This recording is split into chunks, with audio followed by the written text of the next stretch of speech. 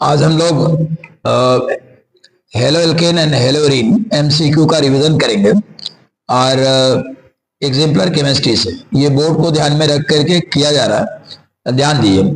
The order of reactivity of following alcohols with halogen acid is. सबसे पहले हमको ये समझना पड़ेगा कि एल्कोहल का हैलोजन एसिड के साथ रिएक्शन किस मैकेनिज्म के अंतर्गत होता है। तो ये मैकेनिज्म सबसे पहले समझना हमारा आवश्यकता है। जैसे किसी भी अल्कोहल को हमने ले लिया, मान लिया हमने CH3 CH2OH ले लिया, अब हम हेलो एसिड यूज कर रहे हैं। तो हेलो एसिड में जायरन क्या है, हमारे पास प्रोटॉन है। तो ये प्रोटॉन क्या करेगा, इस पॉइंट पे जाके अटैक करेगा। इसके अटैक करने के परिणाम स्वरूप जो रचना बनेगी वो CH3 CH2 और O, और यहाँ एक हाइड्रोजन बॉन्ड बनाएगा, एक हाइड्रोजन लगा हुआ है, 2 इलेक्ट्रॉन यहाँ। अब ऑक्सीजन पर पॉजिटिव चार्ज आएगा। कभी भी इलेक्ट्रोनेगेटिव एलिमेंट के ऊपर में जब पॉजिटिव चार्ज बनता है तो ये अनस्टेबल हो जाता है, ये टूटेगा। तो टूटने से के परिणाम स्वरूप बन जाएगा CH3 CH2 और यहाँ आ जाएगा प्लस। कहने का अभिप्राय है कि ये रिएक्शन हमारा SN1 मैकेनिज्म का रिएक्शन है, और SN1 मैकेनिज्म में स्टेबिलिटी कैसे चलती है, तो 3 डिग्री 2 डिग्री और 1 डिग्री के रूप में चलते हैं। अब हमको अपना मॉलिक्यूल में इसी को ध्यान में रख के मॉलिक्यूल चुनना है। जैसे आप देख रहे हैं यहाँ ये 1 डिग्री मॉलिक्यूल है, CH3 CH2 CH2OH 1 डिग्री है। यहाँ आपको 2 डिग्री दिया गया है और आखिर में आपको 3 डिग्री दिया है। तो यहाँ जहाँ अल्कोहल जुड़ा है उस पॉइंट पर देखेंगे एक आर ये हो गया, एक आर ये हो गया, एक आर ये हो गया। तो हमारा आंसर क्या होगा, बेस्ट मॉलिक्यूल इसमें कौन हो जाएगा, बेस्ट मॉलिक्यूल हमारा C होगा 3 डिग्री।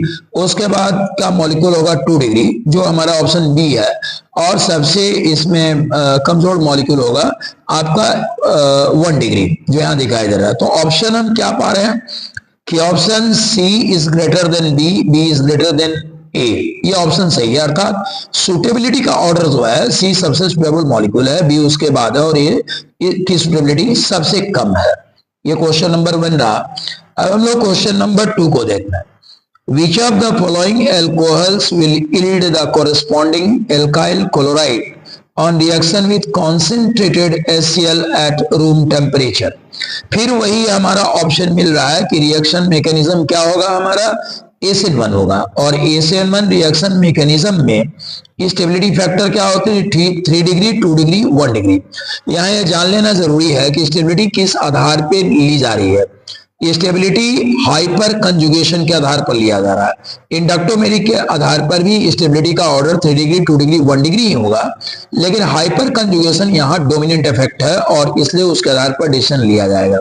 तो 3 डिग्री मॉलिक्यूल अगर आप देखें यहाँ ध्यान से, पहला मॉलिक्यूल जो दिख रहा है ये आपको 1 डिग्री है, दूसरा मॉलिक्यूल आपको 2 डिग्री दिखाई दे रहा है, और तीसरा मॉलिक्यूल जो है आपको 1 डिग्री है, और चौथा मॉलिक्यूल आपको 3 डिग्री दिखाई दे रहा है। तो इस प्रकार से हमारा आंसर हो जाएगा 4th। Now coming to the question number 3rd। Identify the compound Y in the following reaction. इस रिएक्शन में कौन सा कंपाउंड बनेगा।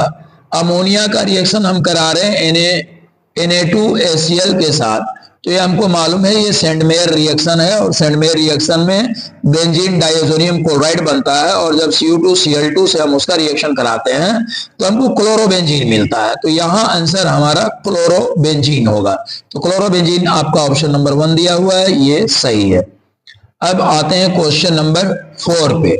Toluene reacts with A halogen in the presence of iron 3 chloride giving ortho and para halo compound, the reaction is।